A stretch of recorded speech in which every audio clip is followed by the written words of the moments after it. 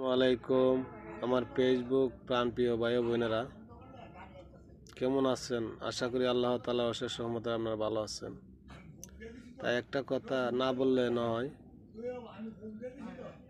প্রবাসী আমার এক ভাইয়া বলেছেন যে হাত জোর করে যে আপনাদের কাছে চাই, হাদি ভাইয়ের কথা বললেন না। আসলে ভাই, ওসমান হাদি ভাই আমাদের মাঝে একজন বীর পুরুষ ছিলেন। উনির কথা কি বলা যায়?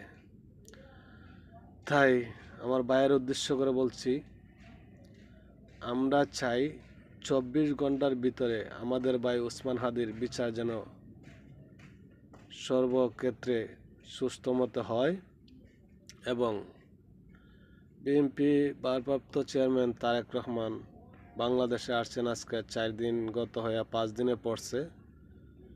শাহবাগ ময়দানে আমার হাদি ভাইয়ের অনেক ভাই বোনেরা আন্দোলন করতেছে, কিন্তু আমরাও এর পাশে আছি।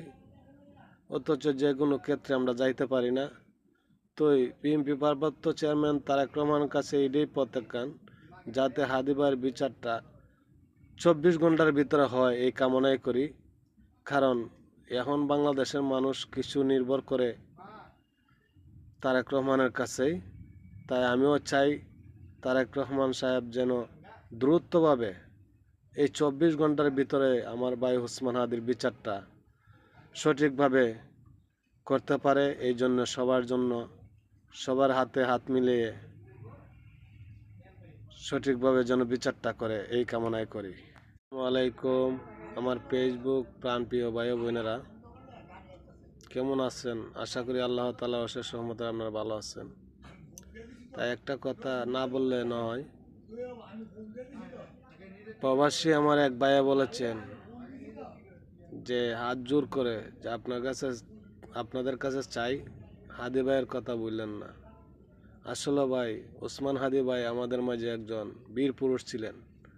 উনির কথা কি বলা যায়? তাই আমার ভাইয়ের উদ্দেশ্য করে বলছি, আমরা চাই 24 ঘন্টার ভিতরে আমাদের ভাই ওসমান হাদির বিচার যেন সর্বক্ষেত্রে সুস্থ মতো হয় এবং বিএনপি ভারপ্রাপ্ত চেয়ারম্যান তারেক রহমান বাংলাদেশে আসছেন। আজকে 4 দিন গত হয়ে 5 দিনে পড়ছে। শাহবাগ ময়দানে আমার হাদি ভাইয়ের অনেক ভাই বোনেরা আন্দোলন করতেছে, কিন্তু আমরাও এর পাশে আছি। অথচ যে কোনো ক্ষেত্রে আমরা যাইতে পারি না। তো